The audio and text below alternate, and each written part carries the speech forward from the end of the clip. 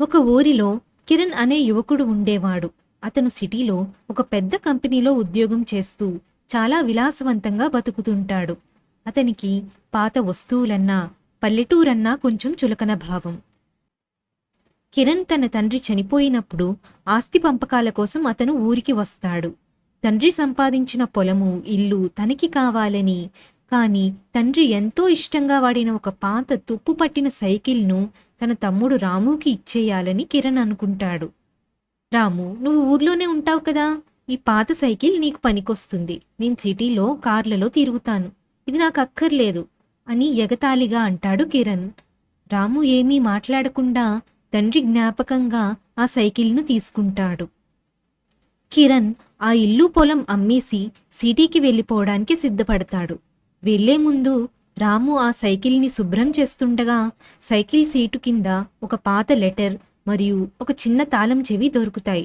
అది చూసిన కిరణ్ ఆతృతగా ఆ లెటర్ని లాక్కుని చదువుతాడు. అందులో ఇలా రాసి ఉంటుంది: నా ఇద్దరు కొడుకులు ఆస్తి అనేది పంచుకుంటే తరిగిపోతుంది, కానీ అనుబంధం అనేది పంచుకుంటే పెరుగుతుంది. ఈ సైకిల్ వెనుక సీటు కింద ఉన్న బాక్స్లో నేను నా జీవితాంతం దాచుకున్న అత్యంత విలువైన వస్తువు ఉంది. ఇది ఎవరికి దక్కుతుందో వారు నిజమైన ధనవంతులు. అది చదివిన కిరణ్ ఆశగా ఆ చిన్న బాక్సును తెరుస్తాడు. అందులో కొన్ని 100 కోట్లు ఉంటాయని అతను ఊహిస్తాడు. కానీ అందులో ఏమున్నాయో తెలుసా? కిరణ్ మరియు రాము చిన్నప్పుడు తండ్రి వేలుని పట్టుకుని నడుస్తున్న కొన్ని ఫోటోలు, తండ్రి తన మొదటి సంపాదనతో కొడుకులిద్దరికీ కొన్న చిన్న చిన్న బట్టలు మరియు ఒక చిన్న నోట్ ఉంటుంది.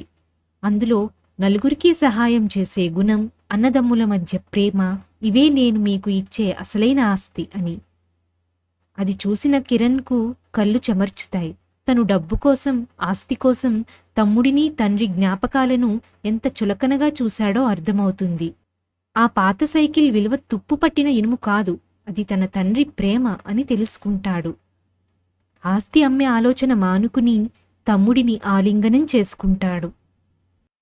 డబ్బు ఈరోజు ఉంటుంది, రేపు పోతుంది.